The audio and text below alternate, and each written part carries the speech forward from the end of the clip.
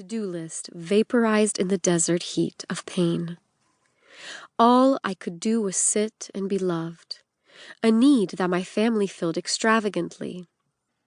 Little did I know that the pain was under assignment. It was making room in my life for another operation well beyond the reach of any surgeon's scalpel. I would not trade the desert of pain for the world. Deserts unclutter the soul. The hot desert sun vaporizes all manner of luxuries. Then the cold, shelterless night exposed the essential guts of life. I needed to eat, to sleep, to be protected, and to not be alone. Lent had come half a year early. God asked me to fast mental and physical strength. He invited me into the holy weakness. I found Jesus there. We often think of Jesus' fast beginning when he stepped into the Judean wilderness. But the fast actually began 3 decades earlier, when the glory of heaven was wrapped in plain paper and given as a gift to mankind. The grand reduction had begun. Jesus fasted omnipresence and clothed himself with flesh. He fasted being worshipped by angels and accepted the disregard of man. He fasted the voice that birthed planets and submitted to the silence of 30 hidden years.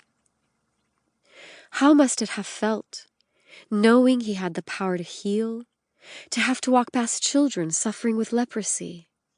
What would it have been like, knowing that his conception was miraculous, to be unable to defend his mother when others whispered about her past?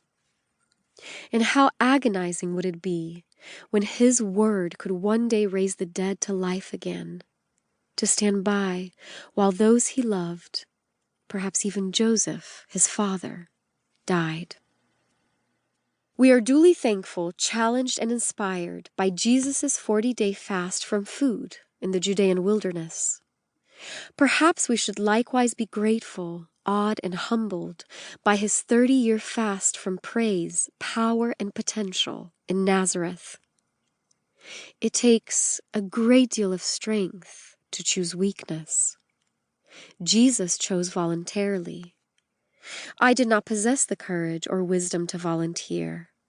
So God, for the sake of my soul, took me there involuntarily.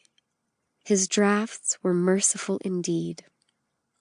When he calls us to fast strength, when he drafts us into decrease, God's purposes are clear.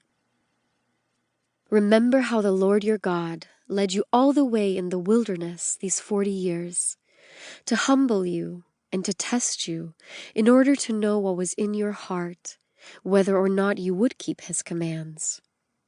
He humbled you, causing you to hunger and then feeding you with manna, which neither you nor your ancestors had known, to teach you that man does not live on bread alone, but on every word that comes from the mouth of the Lord. Deuteronomy chapter 8, verses 2 and 3. To humble us, to test us, to know what is in our hearts. Such is the sifting power of helplessness.